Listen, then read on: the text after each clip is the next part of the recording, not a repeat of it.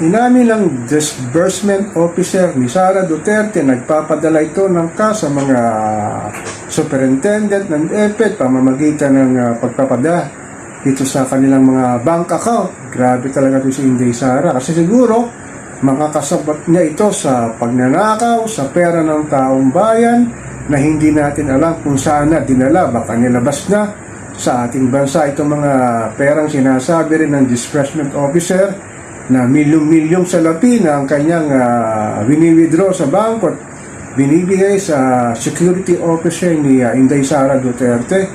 Grabe na itong ginagawa ni Sara Duterte. Sana naman ay sampahan na ng kaso ito sa pamamagitan ng malversation of public funds o kaya impeach na ito sa lalong madaling panahon, dahil talagang hindi niya masagot ng tuwiran kung saan niya ginastos ang budget ng OBP at DepEd. Ito nga, sinabi ng kanyang opisyal na nagpapadala sila ng mga cash nga sa mga bank account ng DepEd superintendent dito sa ating bansa.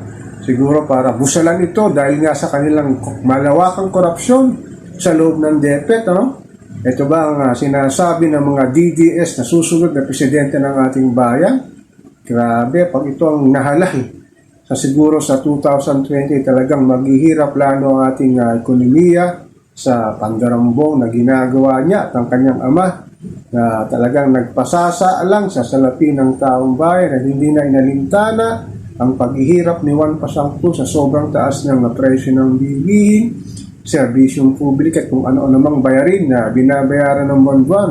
Itong si Sara Duterte ayahay lang sa buhay at nasukul na siya dahil nga hindi talaga may paliwanag kung saan niya dinala ang budget ng OBP na sinasabing dinambong na maaring nilabas na sa ating bansang Pilipinas. Ito nga at inuusik siya ng mababang kapulungan at hindi niya talaga masagot ng diretsahan. Sara Duterte, saan nga ba dinala ang pera ng taong bayan?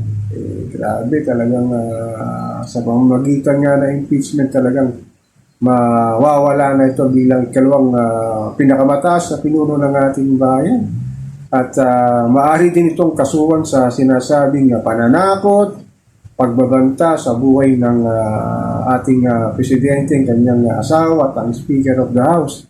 Ang kanyang pagbabanta sa isang video na kanyang inilabas na sinasabi niya ngayon na joke lang daw ito. Grabe ka talaga, Inday Sara, Nakakalungkot lang itong mga taong ganito na binoto ng 32 milyong Pilipinos ay nabudol tayo sa kanyang mga pinaggagawa na talagang very disturbing yung pag-iisip nito at puro lang talaga pamubuli sa mga nakakausap niya, lalo na sa pagpapa-interview niya sa mainstream media kung ano lamang sinasabi niya, paninira sa ating administrasyon imbis na tumulong. Lalo na yung kanyang milyong pisong budget sa OBP. Ilang bagyo na ang nagdaan sa ating mahal na inang bayan. Meron kaya itong naitulong?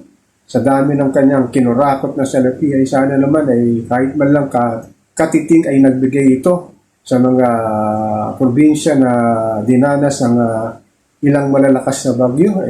Palagay ko siguro hindi nagbigay ito, talagang iniisip lang niyang sariling kapakanan at ang kanyang mga sinasabing galamay sa pagpapasasa sa mga salapi na kailang nakukuha sa budget. Talagang dapat tapusin na ang kanyang budget para sa 2025. Kung sakali hindi ba tuloy impeachment, talagang dapat busisiin mabuti kung saan niya dinadala yung mga pondo ibinibigay sa kanya. Lalo na't wala siyang maipakitang resibo. Naipakita lang niya acknowledgement receipt, merong panglagda ng isang Mary Grace Piatos na hinaharap ngayon ng mababang kapulungan kung sino ito. Sana naman sa mga masyadong dahil sa mga DDS ay maging bukas na yung pag-iisip na niloloko lang tayo ni Sara Duterte at huwag natin silang hayaan na makabalik pa, lalo na sa midterm election, lalo na yung mga taga Davao City sa pagmoto muli kay Digong Duterte bilang mayor, sa kanyang anak na si Pulong bilang kongresista, at sa kanyang anak na si Baste bilang vice mayor. So ako po si Papa Ken, patuloy po ako magmimiro ng mamamatsyag dito sa pang-araw-araw nating buhay at kaganapan dito sa ating mahal na inang bayan.